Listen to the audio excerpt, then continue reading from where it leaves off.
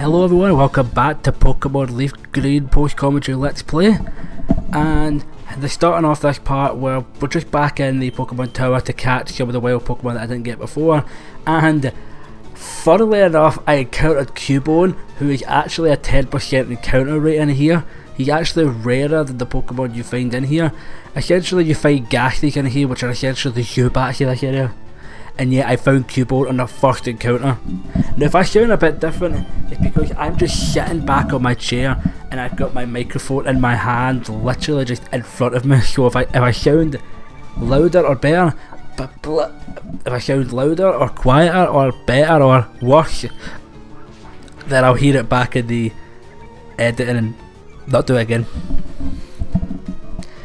Yeah, I was trying to catch Cubone straight away with one great ball because I was not gonna lay damage on it. Because if you want me to be honest, this wasn't actually a first encounter. This was a second encounter. I think. I can't remember. This might have been a second encounter, which is why I didn't want to weaken it with Jolteon, because Jolteon would kill it. It's hilarious how Bellsprout is supposed to be my HM slave, and yet he's still decently enough leveled to catch this Cubone. Speaking of catch, I caught the Cubone.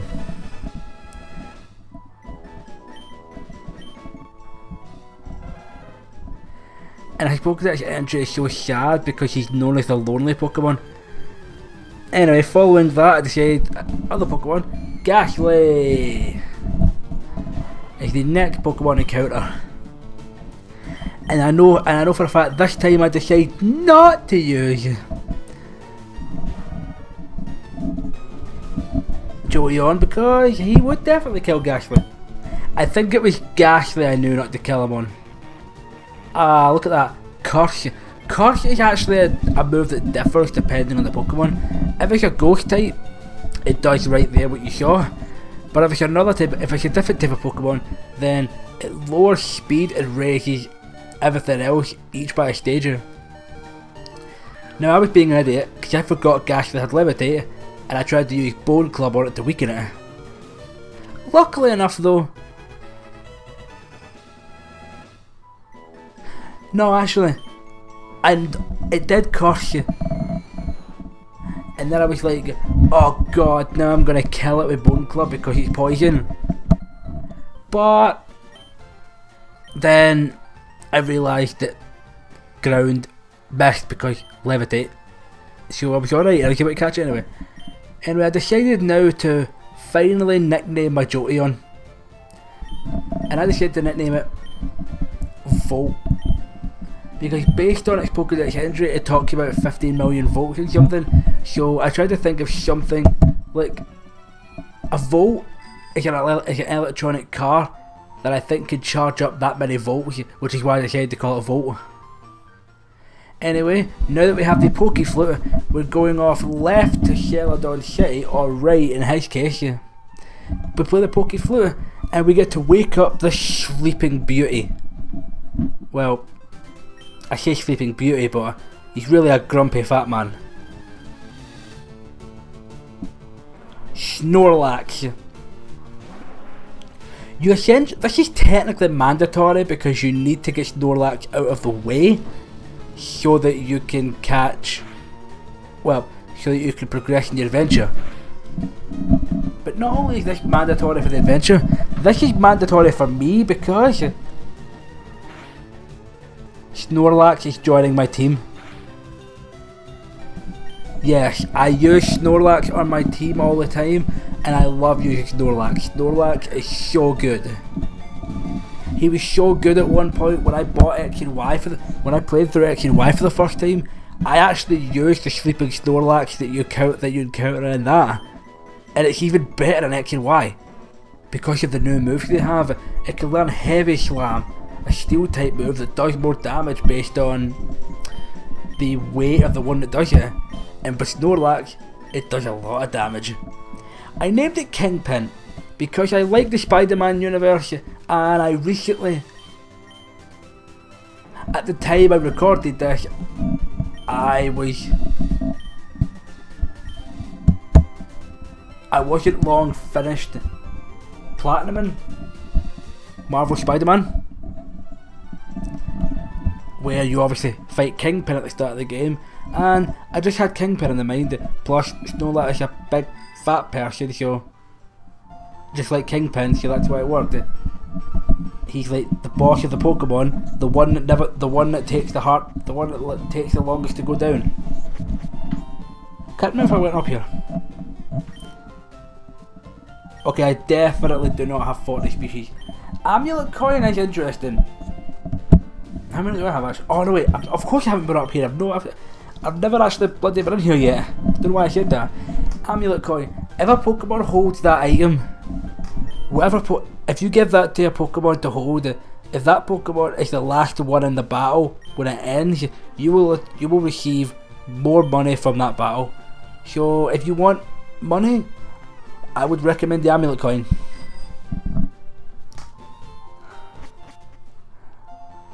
I look like a lazy bastard right now. Anyway, here's my Snorlax. Now, you may have noticed when I looked at the Snorlax originally, it had immunity. I actually went and caught the other Snorlax down from Vermilion City because I wanted the Thick Fat ability. So I caught the other Snorlax and just gave it the same nickname. This one never actually used its held berry, so that was kind of funny. And as you saw in this moveset, I did teach it Brick Break. I got rid of... I can't remember what I got rid of. What did I get rid of? I think I got rid of Snore. I think I had Snore, which is a move that attacks where you're sleeping. Oh shit, I'm going to break the microphone. Alright, I'm putting the microphone back up on the table, so I'm going to break it if I don't. Anyway, we're on Cycling Road. You have to have a bike to be on here, so if you didn't have a bike, you can't go this way. However, there is another route you can actually take to go to your next destination. That takes forever. Although both routes are still technically blocked off by Snorlax, so you technically have to get both Snorlax here anyway if you want to go both routes.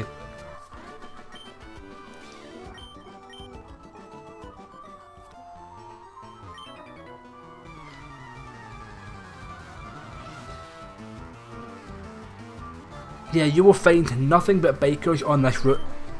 Since it's Cycling Road, so you would have to find nothing but bikers on this route. Because you're not allowed on this. Because you're not allowed on Cycling Road unless you have a bicycle.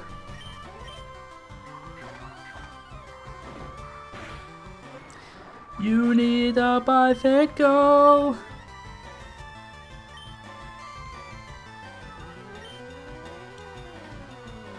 I can't wait for Super Smash Bros. Ultimate to come out. Everyone is here, and everyone is dead. Ha ha ha ha ha ha ha ha ha ha ha ha ha ha ha ha.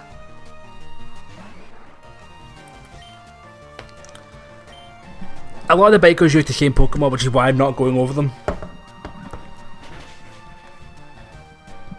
They use Coffins, Grimers, Matchups. That's actually what all bikers use. And there's Brick Break, which I think I went over already. But it's a 75 power fighting type move, and it can actually break through barriers like Light Screen and Reflect. So with it being a physical move, if a Pokemon puts up Reflect, usually that would make a physical attack do half damage, but Brick Break punches right through that wall and just does its normal damage anyway, so it's kind of good. And I made a bad choice of sending out Snorlax because there is a lot of fighting types in here, and Snorlax doesn't do good with fighting types.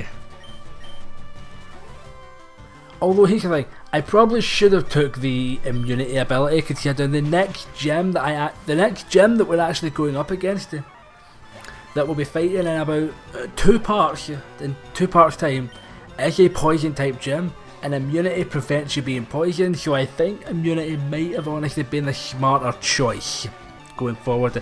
But I wanted Thick Fat because in the long run you want You want that ice and fire resistance.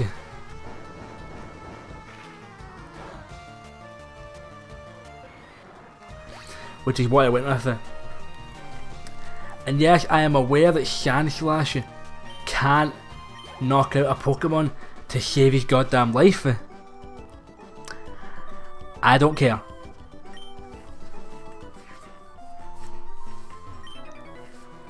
Hey, you just bumped me. Well, technically, I was at the side of you. You turned round, so really you bumped me. The Marvel. Yeah, I was talking about Marvel Spider-Man, but I mentioned Kingpin. The Turf Wars DLC has just come out, and that's actually what I'm currently playing right now. I was actually playing Turf Wars before I decided to do this. Because I figured, yeah, might as well get out of the way.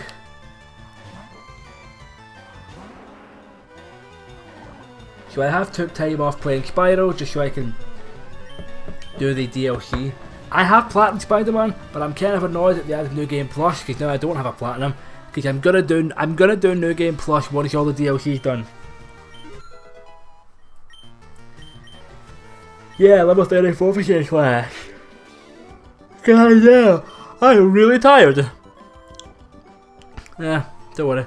I'll be getting myself some dinner in an hour.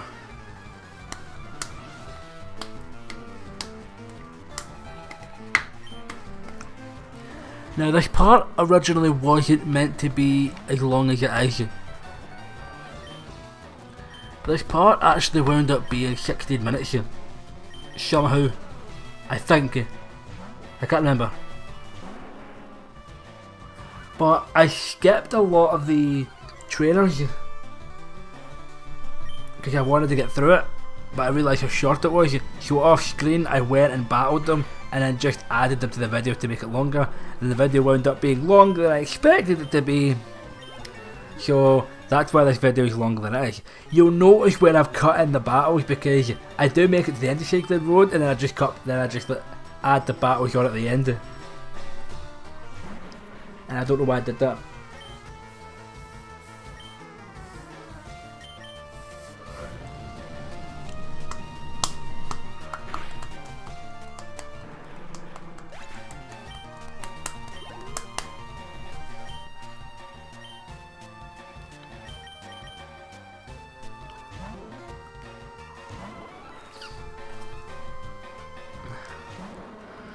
Yeah, I'm really upset when I go through the cycling road because I'm trying to actually train up my Snorlax, but I can't because I use his bite types on me.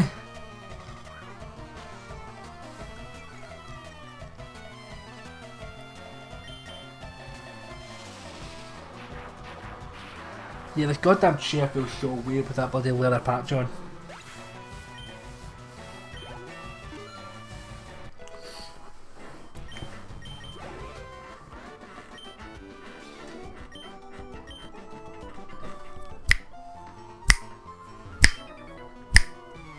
There we go.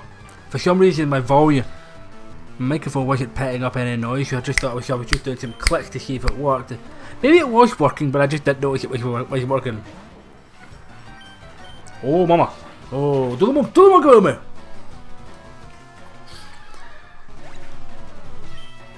Yeah, I remember I was talking about how I had Survivor Series just pretty much 4 days ago. No, Survivor Series was 2 days ago. By the time I'm recording this, 2 days ago, by the time this goes up, it will be 5 days ago. It was paid really bad, and as always, NXT TakeOver was the better show.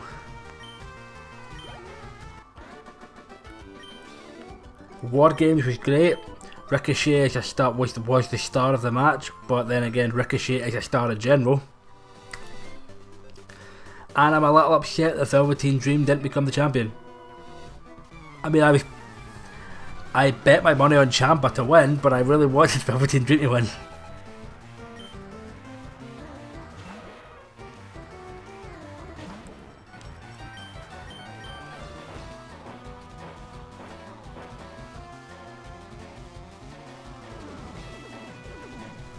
I would have gladly lost that bet.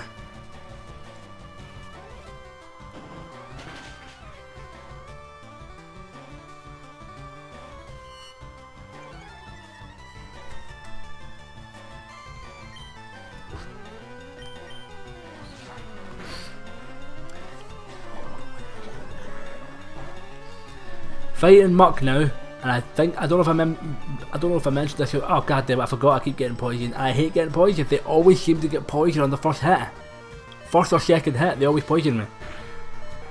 But I don't know if I mentioned this about Muck. But if you read his name backwards, you'll have a gay old time. But you knew that already.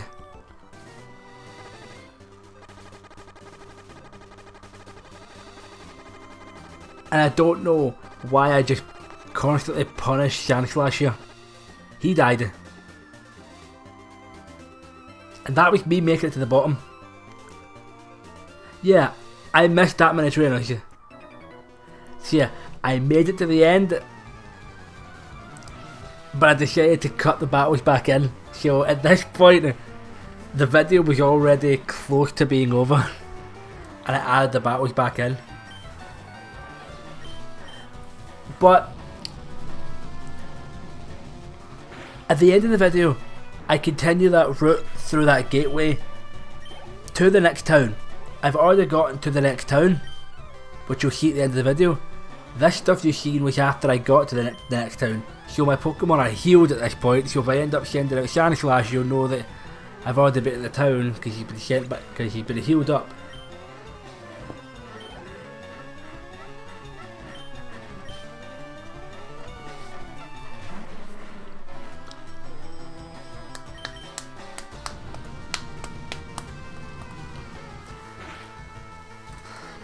But it got to a point where I just decided to throw Charizard out there because he's really the best option you have for this year.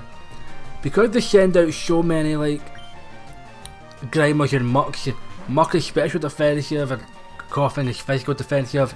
Charizard I would say is a bit of a mixed attacker, so you kinda want to use him because he can easily take everything out. Take out the Coughings and Wheezings with his flamethrower because it's special. Take out the Mucks and Grimers with his Fly because it's a strong move, although I don't think I take them out most of the time because his special attack is higher than his physical. Even though I've always assumed he's a mixed attacker. Okay.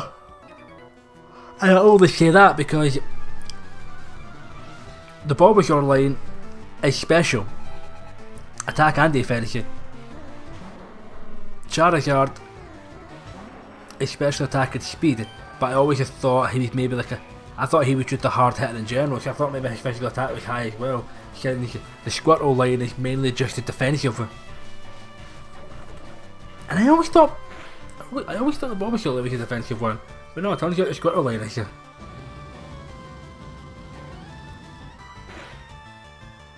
Okay, it turns out I couldn't one-shot Weezing. Because I'm a fucking liar.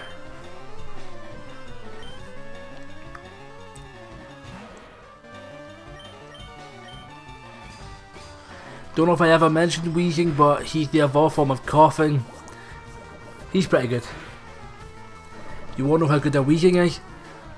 Watch Chugga Conroy's Pokemon Crystal LP. Because he used one on his team. And that's not a spoiler, that practically got uploaded years ago. That was uploaded honestly.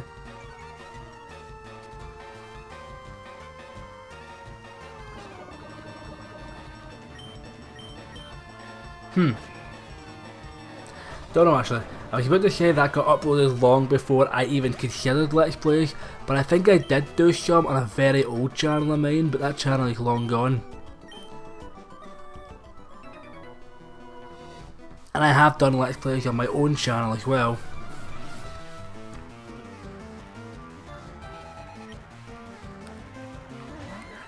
And why didn't I do these solo sessions on my own? Why are these not on my own channel?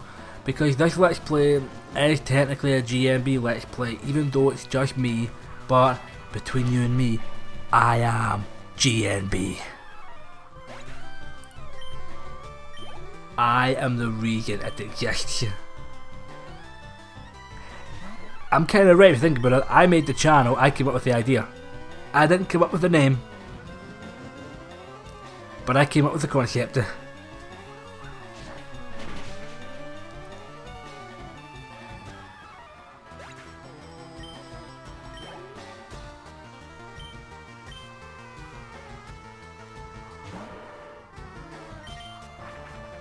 Oh, there we go. First time talking about this Pokemon. Machamp. I hope it's the first time. Machamp is the evolved form of Machoke. It has 4 arms. And it's a very powerful Pokemon. You know all those good things I said about the Machamp line? Machamp is kind of the reason why I said it. I have a bad history with Machamp. The first time I ever saw one, I was playing Pokemon Ruby, which was the first full-fledged Pokemon game I owned. Granted, it was my brother's, but I took it for myself when someone I knew from primary school, which Americans probably know as elementary.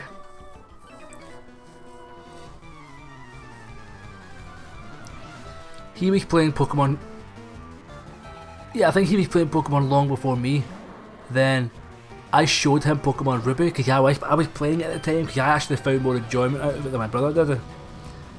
He saw the game, he liked it, and then he got himself Pokemon Sapphire. He played through the game with a Machoke, not just a Machoke, but it was one of his main Pokemon. And it was about level 70. I think he knew I think he knew Machoke evolved. Because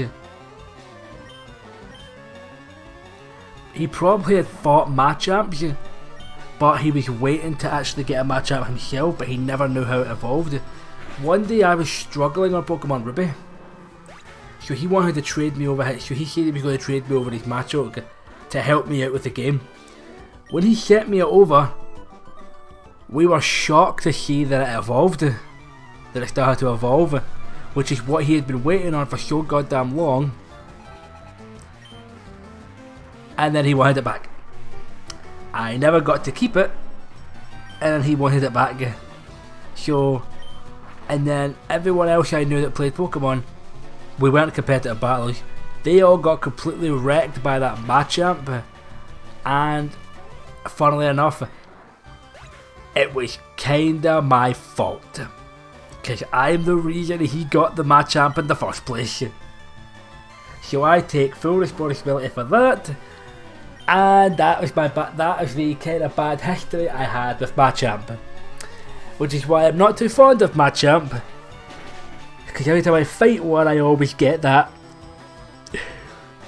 bad thought in my head that I'm the reason Machamp, between all my group of friends, existed. Well, not really existed because he already existed, but we knew he existed, but we never actually knew what he was capable of because the AIs can't use Pokemon properly.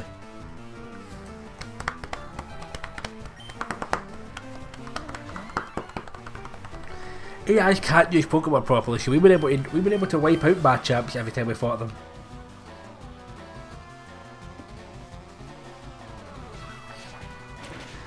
But then we fought that one and it pretty much wiped you out. This was also back in the day when I only trained one Pokemon, because in Pokemon Ruby I actually liked Mudkip. Yeah, insert meme here, hahaha. I liked Mudkip before that meme was even a thing. First Pokemon I actually used, funnily enough, and yet I say I like Charizard. Charizard isn't my favourite starter. Charizard is not my favourite starter. Well, I say favourite starter. It's kind of more or less a final evolution of a starter. But, you know what I mean. He's not my favourite starter out of all the starters I've used. The ones I use the most in each generation are Charizard, Typhlosion, Feraligatr, Blaziken, Swampert, Infernape, Emboar, Samurai, Chestnut, Greninja, Decidueye, and Incineroar. I think that's all the generations. Should be. I've used... Oh, and I forgot Venusaur. I've used a lot of different starters in different games just so I can try and get used to different starters. In Leaf Green 5 Red, I prefer Charizard. In Heart Gold Soul Silver, I was using Typhlosion a lot, but as of late I've been using strategies and teams with Feraligatr, and I think I prefer Feraligatr over Typhlosion. In Emerald, I use Blaziken, but in Omega Ruby and Alpha Sapphire I use Swampert because of the Mega Evolution. Swampert I like the best though. In Platinum, I use Infernape. He is actually overall my favourite starter because of the moves he can learn. Such a huge, different, mixed bag of moves. He must be my favourite. Black and White, I use Serperior for a bit, but it's bad. So now I alternate between Samurott and Emboar, and because you've got Black and White 1 and Black and White 2, I can use them both technically, without being repetitive. X and Y, I started off with Chestnut, and I thought it was good. But every time I run through the game again, I use Greninja, and he's actually the better choice. In Sun and Moon, I used Decidueye. Ultra Sun and Moon, I used Incineroar, but I haven't really gotten that far through enough to actually see how good he is. But to me, Decidueye is a good Pokemon. But Incineroar must be good, considering the fact he get put in Smash. But that's basically the starters I like, but my favourite is of course Infernape. But anyway, we've finally done all those battles, and that is another... I think that's the last of it. That might actually be the last of the trades, the in-game trade exclusive Pokemon. He wants a Lickitung for a Slowbro. We won't be getting a Slowbro for a while, but when we do, we'll be back here. But anyway, we've made it to Fuchsia City, and next time guys, we explore Fuchsia City. See you guys then.